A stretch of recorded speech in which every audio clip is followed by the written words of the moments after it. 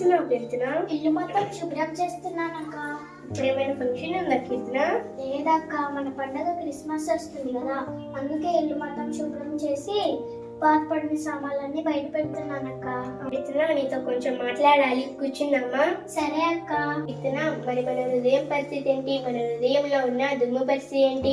మన హృదయంలో ఉన్న దుమ్ము, ధూళి, క్రోధం, కోపం, ఇతరులను తక్కువగా చూడడం, ఇవన్నీ తీసేసి నిజమైన క్రిస్మస్ చేసుకుందాం కీర్తన.